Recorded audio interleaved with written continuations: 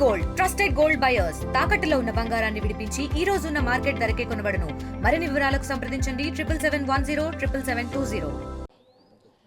గురు బ్రహ్మ గురు విష్ణు గురుదేవో మహేశ్వర అనే నినాదానికి కట్టుబడి ఉండాల్సిన ఒక టీచరు కీచకంగా వ్యవహరించిన సంఘటన సిద్దిపేట జిల్లాలో ఉన్నటువంటి కొండపాక మండలం ఖమ్మంపల్లి గ్రామంలో చోటు చేసుకుందని చెప్పుకోవచ్చు. ఎందుకంటే విద్యార్థులను చాలా ఇబ్బందులకు గురి చేస్తున్నాడు. ఆ స్కూల్లో ఉన్నటువంటి స్ట్రెంత్ చూసుకుంటే 73 మంది ఉంటారు. 9th క్లాస్ సంబంధించి 19 మంది ఉంటారు. మిగతా 10th క్లాస్ వారు కూడా ఈ యొక్క విద్యార్థులు కూడా ఉండడం జరుగుతుంది. వారిని ప్రతిరోజు ల్యాబ్కు రమ్మని ఒక అందంగా ఉన్నటువంటి అమ్మాయిలను పిలుచుకుంటూ చాలా ఇబ్బందులకు గురి చేసిన సంఘటన అందరినీ కలిసివేసిందని చెప్పచ్చు. వారు చెప్పుకోలేని పరిస్థితిలో, తల్లిదండ్రులకు కూడా చెప్పుకోలేని పరిస్థితిలో, స్థానికంగా ఉపాధ్యాయులకే చెప్పుకొని మొరపెట్టుకున్న పరిస్థితి ఉంది. కానీ ఇప్పటి వరకు ఆ యొక్క కీచక టీచర్ దేవయ్య పరిస్థితి చూస్తుంటే ఏజ్ మాత్రం 50 సంవత్సరాలు ఉంటాడు. కానీ పిల్లల వయసు 13-14 సంవత్సరాల తన కూతురు వయసున్న వారిని ప్రతిరోజు టార్చర్ పెడుతుండు. వాళ్ళ తొడలపై కొట్టడము, ఆ అమ్మాయిలకు ల్యాబ్కు పిలిపించి ముద్దులు పెట్టడం అనే సంఘటన అందరినీ కలిసివేసింది. ఎందుకంటే తోటి ఉపాధ్యాయులను అడిగితే ఆయన సక్రమంగా ప్రవర్తనగా ఉంటాడు. విద్యార్థిని పిల్లల తల్లిదండ్రులతో ప్రతిరోజు ఫోన్లో మాట్లాడతాడు. ప్రతి ప్రోగ్రాంలో ముందుండి పనిచేస్తాడు. మంచి ఉపన్యాసాలు ఇస్తాడని చెప్పి చెప్తున్న పరిస్థితి ఉంది. కానీ ఆయన చేసే పని మాత్రం దారుణంగా ఉందని చెప్పుకోవచ్చు. ఎందుకంటే ముక్కు పచ్చలారని పిల్లలు ఇప్పుడిప్పుడే ఒక భావి భారతీయులుగా బయటకు వస్తున్న నేపథ్యంలో అటువంటి పిల్లల పట్ల తన యొక్క ప్రవర్తన ఉండడం వల్ల చాలా ఇబ్బందులు గురవుతున్న పరిస్థితి ఉంది. దానికి సంబంధించి ఖమ్మంపల్లి హై స్కూల్ సంబంధించిన విద్యా కమిటీ అమ్మ ఆదర్శ పాఠశాల చైర్మన్తో పాటు అదేవిధంగా పేరెంట్స్ ఉన్నారు, స్థానిక హెచ్ఎం కూడా ఉన్నారు. అమ్మ మేడం చెప్పండి, అంటే మీరు ఇక్కడ జరిగిన సంఘటన చూస్తుంటే ఎవరు చెప్పారు, ఏం జరిగింది ఇక్కడ? సార్ అందరికీ నమస్కారం. నా పేరు మమత, మాది ఖమ్మంపల్లి విలేజ్. నేను గ్రామ సంఘాల నుండి ఒక మండల స్థాయిలో మండల అధ్యక్షురాలుగా ఉంటున్నాను సార్. జిల్లా స్థాయి సిద్దిపేట జిల్లాకి కోశాధికారిగా కూడా పనిచేస్తున్నాను సార్. ముఖ్యంగా నాకు బతుకమ్మ సంబరాలప్పుడు ఒక స్టూడెంట్ 9th క్లాస్ అమ్మాయి నాకు కొంచెం సార్ తేడాగా మాట్లాడుతుండక్క అని నాతో క్లోజ్గా ఉంటుంది కాబట్టి చెప్పింది సార్. చెప్పిన తర్వాత మన నాన్న అనుకోరా, మీకు నాన్న లేడు కదా, మీ నాన్న అనుకో, మన అన్న తమ్ముళ్ళు కూడా అట్లనే ఉంటారు కదా, నువ్వు మామతో ఎట్లుంటావు అట్లా అనుకొని మనోళ్ళే అనుకొని నువ్వు నాన్నలాగా భావించు. దేవుడు ఒకసారి అంటే దేవుడు, నువ్వు దేవునిలాగానే భావించుకో. అయిన ఫీలింగ్స్ ఏమన్నా ఉండని, నువ్వు పిల్లల పక్కనే ఉండు, నువ్వు ఒంటరిగా వెళ్ళకు అని చెప్పిన సార్. చెప్పిన తర్వాత నాకేం కంప్లైంట్ ఇవ్వలేదు ఇంకా ఆమె. తర్వాత నిన్న సడన్గా హెడ్ మాస్టర్ సార్ నాకు కాల్ చేసిండు. పొద్దున్నే నువ్వు అర్జెంటుగా స్కూల్ దగ్గరికి రామ్మా అని చెప్పిండు. సరే వస్తున్నా సార్ అని నాకు మీటింగ్ ఉన్నా కూడా నేను ఇక్కడికే వచ్చిన సార్. ఎందుకంటే నాకు ముఖ్యం పిల్లలు సార్. ఫస్ట్ నేను ఒక సంస్థలో చేస్తున్నా కాబట్టి నాకు కావాల్సింది పిల్లలు. నేను ఆడవాళ్ళ గురించే పనిచేస్తున్నా సార్. నాకు పిల్లలు కాబట్టి ముఖ్యంగా ఇక్కడనే టైం స్పెండ్ చేసిన సార్. నాకు మీటింగ్ అయిపోయినా కూడా నేను ఇక్కడనే ఉన్నా పిల్లలతోని. సార్ ఏమన్నాడంటే, అమ్మ మాతో చెప్తలేరు కదా, కొంచెం ఇబ్బందిగా ఫీల్ అవుతురేమో, ఒక అమ్మ కాబట్టి నీతో నేను చెప్తారో ఒకసారి చూడమ్మా అని అంటే నేను పిలిచి కూర్చుండబెట్టుకున్నా సార్. కూర్చుండబెట్టుకుంటే ఏమన్నారంటే, అక్క మేము కూర్చుండి చెప్తాం, ఏమన్నా ప్రాబ్లమా అంటే, ఏం లేదురా కూర్చోరి అని అన్న. ముందు నా ముందు కూర్చున్నారు. ఆ సార్ చేసిన పనులన్నీ చెప్పారు సార్. ల్యాబ్కు పిలవడము, ఇట్లా వెనక నుండి వాటేసుకొని ముందుకు తింపి ముద్దు పెట్టుకున్నాడు అని చెప్తే నా కళ్ళల్లో నీళ్ళు వచ్చినాయి సార్. నాకు ఏడుపు వచ్చింది, వాళ్ళ కళ్ళల్లో కూడా నీళ్ళు వచ్చినాయి సార్. వాళ్ళు ఏడ్చుకుంటేనే చెప్పారు, అక్క ఇట్లా అన్నాడు సారు, మమ్మల్ని చాలా రోజుల నుండి వేధిస్తుండు, మేము ఏది చెప్పినా హెడ్ మాస్టర్ సార్ చెప్తాము అని అంటే, హెడ్ మాస్టర్ సార్కు చెప్పకండి, చెప్పితే మిమ్మల్ని చంపేస్తా, బెదిరిస్తుండంట సార్. బెదిరిస్తే నేను మీకు టీసీ ఇచ్చి పంపిస్తా అని చెప్పిండంట. మీరేంటి సార్ మాకు టీసీ ఇచ్చేది, మాకు హెడ్ మాస్టర్ సార్ ఇవ్వాలి టీసీ అని వాళ్ళు అడిగినట్ట. వాడేంది ఇచ్చేది, నేను ఇస్తా, ఎందుకు, నాకుంది హాఫ్ అవరు అని చెప్పిండంట. సరే మీరు ఎక్కడికైనా చెప్పగలరారా మీకు చేసిన అన్యాయం అని అంటే, అక్క మేము ఎక్కడైనా చెప్పగలుగుతాము, కాకపోతే ఈ స్కూల్ నుండి వేరే స్కూల్కి పంపిద్దాం అనుకుంటున్నాం రా అని నేను అడిగితే, అక్క అక్కడ కూడా వేరే స్కూల్కి పంపిస్తాం, అక్కడ కూడా మాలాంటి స్టూడెంట్సే కదా నష్టపోయేది అని వాళ్ళ ఆవేదన చెప్పుకున్నారు సార్. చెప్పుకుంటే సరే మరి మీరేమనుకుంటారు అంటే ఖచ్చితంగా సార్కు వేరే స్కూల్ పంపించే ముందు కూడా సారుకు ఒక వార్నింగ్ అనేది ఇప్పించిన తర్వాతనే ఇంకో స్కూల్కి పంపించాలి అన్నది వాళ్ళు నాకు చెప్పారు సార్. ఓకే, అంటే కంప్లైంట్ ఇచ్చినట్టు తెలుస్తుంది. ఆ కంప్లైంట్ ఇచ్చిన తర్వాత హెచ్ఎం గారు మీతో ఏం చెప్పారు? సార్ ఏం చెప్పిండంటే అమ్మ గిట్లా రాతపూర్వకంగా పిల్లలు మనకిచ్చిర్రు, ఇది మాత్రం నాకు తెలియదు, నాకు ఈ రోజే తెలిసింది, పిల్లలు ఇచ్చేదాకా తెలియదు, మనం ఏం చేద్దాం నీది కూడా ఉంటుంది కాబట్టి బాధ్యత, మనం ఏం చేద్దాం ముందుకు వెళ్దామా అని అడిగిండు నన్ను. అంటే సార్ ఖచ్చితంగా వెళ్దాం సార్, ఇది పిల్లల విషయం, వాళ్ళ జీవితంతో ఆడుకుంటున్నాడు కాబట్టి ఖచ్చితంగా వెళ్దాం, వాళ్ళు ఇంకా ముందుకు ఎదగాల్సిన వాళ్ళు కాబట్టి వెళ్దాం సార్ అంటే, సరే అమ్మ ఎక్కడికైనా మీరు వస్తా అంటే నా బాధ్యత, నా వంతు సాయం, నేను చేసే పనులు ప్రతి ఒక్కటి నేను చేస్తానమ్మా అని సారు ముందుకు వచ్చేయండి సార్. మిగతా సార్లు కూడా అందరూ అమ్మ మేము కూడా ఇది ఒప్పుకోము, మేము కూడా ముందుకు వచ్చేస్తాం అని చెప్పారు సార్. అంటే ఒక విద్యా కమిటీ చైర్మన్గా మీరు పనిచేస్తున్నారు, ఏం చేస్తే బాగుంటుంది, ఆ సార్ విషయంలో ఏం చేస్తే బాగుంటుంది అనుకుంటున్నారు? సార్ ఇంత ముందుకు ఎట్లా జరిగిందో మనకు తెలియదు సార్, ఆయన 50 years కాబట్టి ముందు మనకు తెలియదు కాబట్టి ఇప్పటి వరకు మనకి ఇచ్చిన దాన్ని బట్టి ఖచ్చితంగా శిక్ష వేయాలి అనుకుంటున్నా సార్. నేనైతే ఖచ్చితంగా వేయాలి సార్, శిక్ష వేయాలి. ఇంకో స్కూల్కు తరలించే ముందు కూడా అతనికి ఒక వార్నింగ్, ఒక శిక్ష విధించినాక ఇంకొకసారి నేను ఈ పని చెయ్యొద్దు అనేది అతనికి తెలిసిన తర్వాత ఇంకో స్కూల్కి పంపించాలి సార్. ఇది పరిస్థితి. స్థానికంగా ఉన్న విద్యార్థిని తల్లిదండ్రులు ఉన్నారు. మేడం చెప్పండి, అంటే మీ యొక్క పాప కూడా ఇందులో చదువుకున్నట్టు తెలుస్తుంది, మీకు కూడా ఏం తెలుసు ఈ స్కూల్లో ఏం జరుగుతుంది, విద్యార్థినులు ఏం చెప్తున్నారు మీతో? నా పేరు నాగపూజ, నేను child friendly district legal service నుంచి ప్యానల్ అడ్వకేట్గా పనిచేస్తున్నాను. మా పాపనైతే నాతోటి ఏం చెప్పలేదు. నాకు పొద్దున్న ఒక ఫోన్ కాల్ వచ్చింది, ఒక అడ్వకేట్ నుంచి ఒక ఫోన్ కాల్ వచ్చింది, ఇట్లా మీ ఊళ్ళో ఇట్లా జరుగుతుందంట, మీకు తెలియదా అని. అంటే తెలియదని నేను అప్పుడే హెచ్ఎంకు ఫోన్ చేసిన తర్వాత ఓకే ఇది నిజమే మేడం, నాకు కూడా నిన్ననే తెలిసింది అని చెప్పిండు. చెప్పిన తర్వాత నేను ఆ పాప వాళ్ళ ఇంటికి వెళ్ళి ఆ మదర్ తోటి పాపతోటి మాట్లాడితే జరిగిందంతా చెప్పారు, ఇట్లా అబ్యూజ్కి ఫాలో అవుతుండు, హరాస్మెంట్ చేస్తుండు అని అన్నీ క్లియర్గా చెప్పారు. ఒక 10-15 నిమిషాలు మాట్లాడినా తర్వాత నేను హెచ్ఎంకి ఫోన్ చేస్తే నేను డిఓకు కంప్లైంట్ ఇస్తున్నా మేడం, ఇచ్చిన తర్వాత స్కూల్కి వస్తా అని చెప్పిండు. తర్వాత నేను ఏమనుకుంటానంటే నేను ఒక అడ్వకేట్గా చెప్పాల్సింది ఏంటంటే అతని మీద కంప్లైంట్ పేరెంట్స్ తోటి అందరితోటి కంప్లైంట్ ఇస్తాం, ఇచ్చిన తర్వాత అతని మీద పోక్సో కేసు ఫైల్ చేసి అతనికి తగిన చర్యలు తీసుకోవాల్సిందిగా నేను కోరుకుంటున్నా. అతను సస్పెండ్ కావాల్సిందిగా నేను అనుకుంటున్నా, సస్పెండ్ చేయాల్సింది. ఎందుకంటే వేరే స్కూల్కి పోయినా కానీ అతని అలవాట్లు చేంజ్ కావు కాబట్టి అతని రీతి పోకడలు ఇట్లనే ఉంటాయి కాబట్టి నేను ఒక యాజ్ ఏ పేరెంట్గా చెప్పాల్సుకునేది అంటే అతను ఎంబడే సస్పెండ్ కావాల్సిందిగా అనుకుంటున్నా. ఇది సార్ చెప్పండి, మీరు చెప్పాడు మీతో పాటు ప్రతిరోజు పాఠాలు బోధిస్తున్న పరిస్థితి ఉంది, కానీ ఇటువంటి ఒక చర్యకు పాల్పడడం వల్ల ఏం చెప్తారు ఆ విషయంలో మీరు?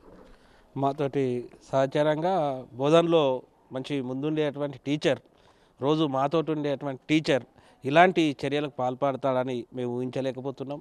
నిజంగా మాకే ఇబ్బందికరంగా అవమానకరంగా అనిపిస్తూ ఉన్నది. మేము ఎట్టి పరిస్థితిలో ఈ పాఠశాలలో ఉన్నతంగా బోధించాలని కోరుకుంటాం తప్ప ఇలాంటి చేసేటువంటి చర్యలను ఉపాధ్యాయ బృందం ఖండిస్తున్నాం. వీటిపైన చర్యలు తీసుకోవాల్సిందిగా కూడా కోరుతా ఉన్నాం. అంటే ఉపాధ్యాయులు మోటివేషన్ చేసే పనిలో ఎస్టీలో మీరు బాధ్యత ఉన్నారు, టీపీటీఎఫ్లో కూడా ఇందులో బాధ్యత ఉన్నట్టు తెలుస్తుంది. ఆ విషయంలో మీరే యొక్క కోఆర్డినేషన్ చేయాల్సింది. పిల్లలపై ఇటువంటి రుద్దడం వల్ల అంటే ఎట్లా పోతుంది, ముందుకు ఎలా వెళ్తుంది అనుకోవచ్చు? చిన్న బిహేవియర్ ప్రవర్తనపై కూడా మేము మాట్లాడడం జరిగింది. ముందే హెచ్చరించినా కూడా నేను వ్యక్తిగతంగా అతన్ని హెచ్చరించి ఇలాంటివి మన పాఠశాలకు తగదు, మనం మంచిగుందామని తెలియడం జరిగింది. అయినప్పటికీ వారు అదే పరంపరను కొనసాగించి ఈరోజు ఇబ్బందికరమైనటువంటి వాతావరణాన్ని మా ఉపాధ్యాయ బృందానికి క్రియేట్ చేయడం అనేది మాకు చాలా బాధాకరమైనటువంటి విషయం. చిన్నారులను చూస్తుంటేనే మాకు జాలి వేస్తుంది, నిజంగా అవమానకరంగా కూడా మేము ఫీల్ అవుతూ ఉన్నాం. సార్ హెచ్ఎం గారు శ్రీనివాసరెడ్డి గారు చెప్పండి, అంటే పిల్లలు కంప్లైంట్ చేశారు, ఖచ్చితంగా చర్యలు తీసుకోవాలి, ఇటువంటి సంఘటన మళ్ళీ జరగద్దు అని చెప్పి పిల్లలు వాపోతున్న పరిస్థితి ఉంది. వాళ్ళని చూస్తుంటే వాళ్ళ యొక్క ఆవేదన చూస్తుంటే బయటికి తెలిసే ఏమవుతుందో అని చెప్పి కంటతడి పెట్టిన పరిస్థితి కనిపిస్తుంది. ఏం చెప్తారు ఆ విషయంలో మీరు? సార్ ఇది నా పాఠశాల జరగడం దురదృష్టకరం సార్. దీన్ని ఏ కోశాన కూడా రక్షించేది ఏం లేదు, తప్పకుండా నేరానికి తగ్గ శిక్ష పడాల్సిందే. సో ఆ వైపే నేను నా IR authorities ఇమ్మీడియట్గా ఇచ్చాను సార్. నిన్న సాయంత్రం కన్ఫర్మ్ చేసుకున్నాను. ఇవాళ ఈరోజు నేను డిఓ గారికి ఈ విషయాన్ని మొత్తం రాతరూపకంగా రాసి కంప్లైంట్ చేశాను. అంటే ఇష్యూ జరిగిన తర్వాత దేవయ్య అనే టీచర్కు మీరు మందలించలేదా జరిగిన సంఘటన బట్టి చూస్తుంటే? అసలు ఇటువంటిది ఒకటి జరిగిందని ఊహించలేదు సార్. కాకపోతే నేను వచ్చిన కొత్తలో బడిబాటలో భాగంగా ఒక పేరెంట్ ఏమన్నాడంటే ఈయన బర్త్డే అని కేకులు తెప్పించి పిల్లల ఇళ్ళల్లో తీసుకెళ్ళి అమ్మాయిలు పిలిపించి చేస్తుండు, అది ఎంతవరకు సబబు అని అడిగాడు. అదే రోజు నేను నా స్టాఫ్తో మీటింగ్ పెట్టి నేను నా సీనియర్ ఉపాధ్యాయులు ఇద్దరు కూర్చొని ఇది సరైనది కాదు, ఇప్పుడు ఆ పేరెంట్ కూడా ఏమన్నాడంటే మేము కూడా వాళ్ళ ఇంటికి పోయి ఇటువంటి కేక్ కోస్తే ఆయన పరిస్థితి ఏం సార్ ఆయన భార్య ముందు అని ఒక క్వశ్చన్ వేసాడు. మరి ఇటువంటి బిహేవియర్ కరెక్ట్ కాదు, నువ్వు చేంజ్ చేసుకోవాలి, గతంలో ఏం జరుగుతుందో నాకు తెలియదు కానీ బడిలో మాత్రం ఇటువంటి జరగవద్దు అని మేము మందలిచ్చినాం. కానీ ఇట్లా అబ్యూజ్ చేస్తాడని మాత్రం నా ఊహకు రాలేదు. ఎప్పుడు కూడా అటువంటి అనుమానం కూడా రాలేదు సార్. నాకు అనుమానం వస్తే నేను ఖచ్చితంగా స్టాఫ్లో మీటింగ్ పెట్టి నన్ను మందలిచ్చి అవసరమైతే అదే రోజు డిఓ గారికి నేను లెటర్ అందజేసి దాని మీద శాఖాపరమైన చర్యలు తీసుకోవడానికి వెనకాడబోయేవాడిని. ఓకే, అంటే ల్యాబ్కు సంబంధించి చూసుకుంటే ప్రతిసారి ల్యాబ్కు రమ్మని అక్కడ కౌగులించుకోవడం ముద్దులేయడం జరుగుతున్న సంఘటన తోటి ఉపాధ్యాయులు మీతో చెప్పలేదా ఆ విషయంలో? అసలు ఎవరికి ఈ విషయం తెలియదు సార్. నిన్నటి వరకు మాకు ఈ ఊహ రాలేదు, ఎవరు కూడా అనలేదు. సడన్గా పిల్లలు వచ్చి అంటే వాళ్ళలో వాళ్ళు మదన పడుతున్నారు, చెప్పాలా వద్దా అనేది. చివరికి ధైర్యం చేసి నా చైర్ దగ్గరకు వచ్చి సార్ మీతో ఒక విషయం ప్రస్తావించాలని అన్నారు. సో 9th క్లాస్ అమ్మాయిలు మొత్తం వచ్చారు, మొత్తం వాళ్ళ బాధ అంతా చెప్పిన తర్వాత చాలా బాధపడ్డా. ఇంకా కొన్ని విషయాలు మనకు చెప్పలేని ఉంటాయి కాబట్టి నేను మమత గారిని పిలిచిన అమ్మ ఆదర్శ పాఠశాల చైర్పర్సన్ గారిని పిలిచి వారితో క్షుణ్ణంగా మాట్లాడిన తర్వాత కన్ఫర్మ్ చేసుకున్నాను. నిన్నటి వరకు లీవ్లో ఉన్నాడు కాబట్టి నేను అతన్ని కూడా రాత్రి ఫోన్ చేసి పిలిపించుకొని నీ మీద ఇట్లా అయ్యింది, కంప్లైంట్ వచ్చింది, నేను IR అథారిటీకి దీన్ని ఫార్వర్డ్ చేస్తున్నా, నీ మీద శాఖాపరమైన చర్యలు ఉంటాయి, దాని తర్వాత ఆ కేసు తీవ్రతను బట్టి ఏది ఉన్నా నువ్వు ఎదుర్కోవాల్సి ఉంటుందని సమాచారం ఇచ్చిన. ఈరోజు నా పై అధికారి డిఓ గారికి ఈ ఫిర్యాదు కూడా చేయడం జరిగింది. ఓకే, అంటే విద్యార్థులు ఉత్తమ దశకు చేరుకోవాలంటే ఖచ్చితంగా గురువు ప్రాముఖ్యత ఎక్కువ ఉంటుంది, తల్లిదండ్రుల ప్రాముఖ్యత ఎక్కువ ఉంటుంది. ఇటువంటి కీచక టీచర్ ఎందుకంటే గతంలో కూడా ఎన్నో సంఘటనలు జరిగినట్టు తెలుస్తుంది. ఆ విషయంలో మీరు డిఓ గారు ఏం చెప్పారు మీతోని? డిఓ గారు కూడా దీన్ని ఏమంటారు సార్ ఖండించారు. వెంటనే నేను లెటర్ ఇవ్వగానే ఖండించాను. ఇటువంటి వారిని మనం క్షమించొద్దు, దీని మీద ఇమ్మీడియట్ యాక్షన్ తీసుకుంటా అని చెప్పారు సార్. నా ముందే ఫార్వర్డ్ చేశారు, దాని సంతకం పెట్టారు, కన్సర్న్ ఆఫీసర్ పంపించారు. అంటే మీరు చెప్పండి సార్, అంటే మీ స్కూల్లో జరిగిన సంఘటన చూస్తే అందరినీ కూడా ఒక కలిసివేసే పరిస్థితి ఉంది. ఇటువంటి సంఘటన మళ్ళీ పునరావృతం కాకుండా ఉండాలి, ఏం చెప్తారు ఆ టీచర్ విషయంలో మీరు?